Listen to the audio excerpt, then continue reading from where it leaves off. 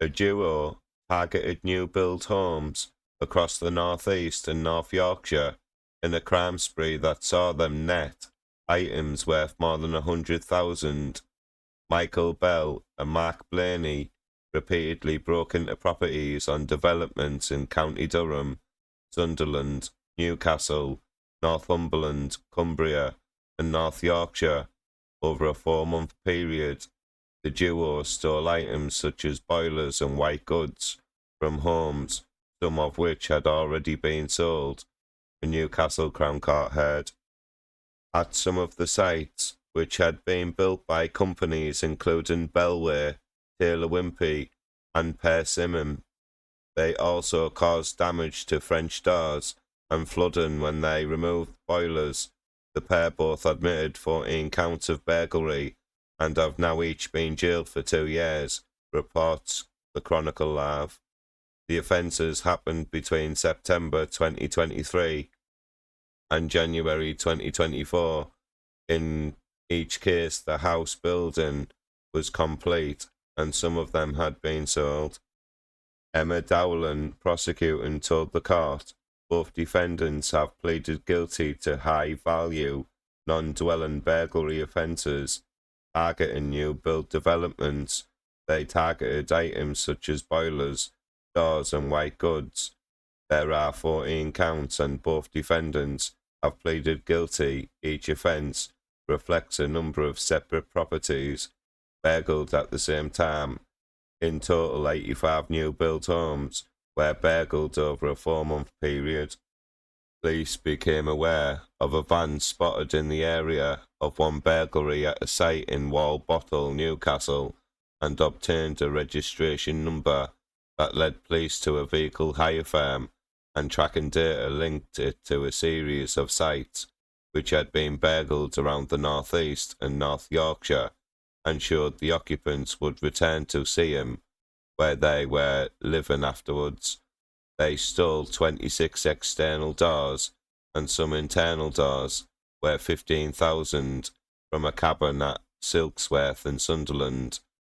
At a Bellway development in Walbottle, 8 homes were targeted, with hobs and cookers and boilers stolen. They broke in through rear French doors, and the value of items stolen was just over 11,000. White goods worth 6,000 were stolen from one house in Darlington. A boiler worth 1,100 was taken from a house in Pontefract. Boilers were taken from 7 properties in Harrogate, worth 15,000. Boilers worth 6,000 were stolen from 8 homes in Boroughbridge. 12 homes in Knaresborough were broken into, causing a loss of 8,400 and damage, including flooding. A further 17 houses in Knaresborough were also broken into, with 16 boilers taken. They also returned to the site in Walbottle and stole white goods worth 2,000 and took white goods worth 2,500 from a development in Carlisle. The pair then stole boilers and white goods in Cramlington, boilers from Silksworth, 8 boilers in Harrogate, and they stole from 13 homes in North Yorkshire, taking external doors, taps and boilers. Bell, 34, of Wynyard Street, Seaham, County Durham, who has previous convictions for theft and having a bladed article, and Blaney, 31, of Malvern Crescent, Seaham, who has no previous convictions, pleaded guilty to 14 counts of non-dwelling burglary, and Bell also admitted converting criminal property in relation to 7,300 of his ill-gotten gains he paid into a bank account. Jailing them for 2 years, Recorder Nicholas Lumley KC said the offending was systematic and added, "You kept getting away with it, and it became ever more greedy." The judge said it was not victimless offending, as home buyers, builders and contractors were all impacted. He told them it was prolific, persistent and well planned and perpetrated with care. Ellen Towers for Bell said he was a man struggling with addiction. He suffered a cocaine addiction and a gambling addiction. He was under significant emotional distress after a number of bereavements. Miss Towers added that Bell is now a drug-free, has addressed his gambling habit, and has the offer of full-time work.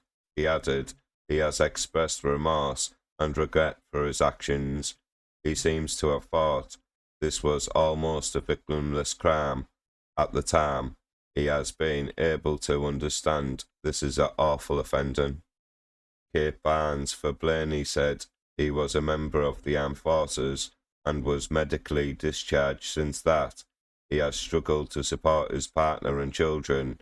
When an opportunity was raised to raise money to support his family, he effectively turned a blind eye to the consequences for the victims and for himself and for his family.